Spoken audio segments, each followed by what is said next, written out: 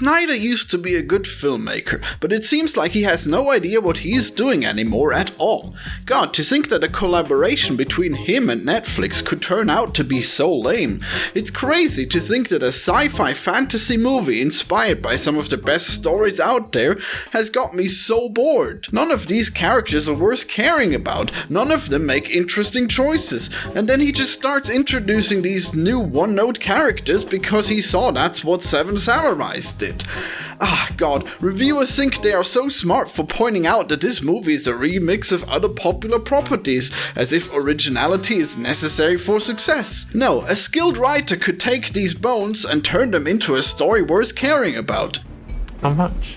Yeah, I have a room upstairs with relatively clean sheets. I guarantee you by morning, you're going to be begging me for more.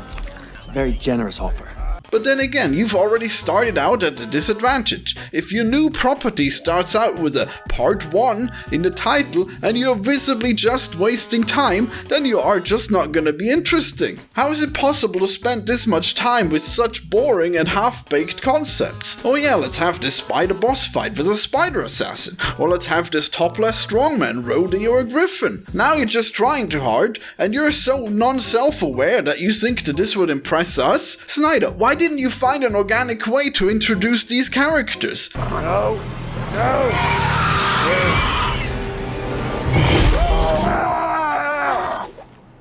Had to go. Supposedly this revolutionary guy bought grain from the village. Why didn't you show us that instead of that painful scene where the girl is farming with a horse and a plow, when you have literal robot workers? We believe that doing the work by hand connects us to the land and honors these sacred fields that give us life.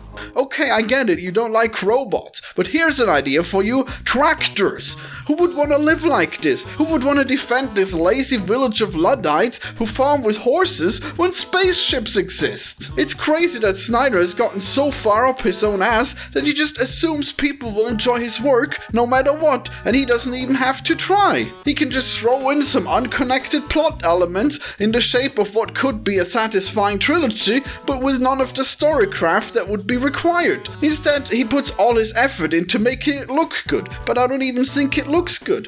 There is too much depth of field, everything's blurry all the time. I think the Snyder Cut broke him. That's what you get if you applaud a man for making an uninspired, longer version of a movie that already exists. Now he thinks that visuals are all that matters and he can do no wrong. I sure hope that this movie flopping makes it so that he can go back to making good movies again. Snyder really thought that there was this inherent property he has called his Snyderness, that he could just make anything great.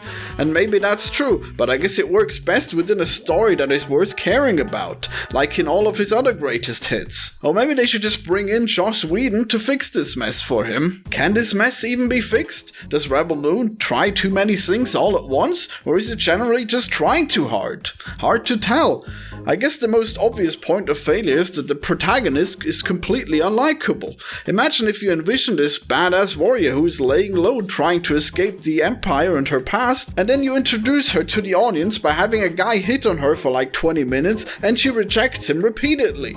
Yeah, that's bound to make her likable, right? If any other director had pulled this, he would have gotten called woke by the man-babies of the internet, but I guess the Snyderness is beyond at least this petty criticism. Well, anyways, I am looking forward to seeing how Snyder can pick up the pieces from this mess that he has created.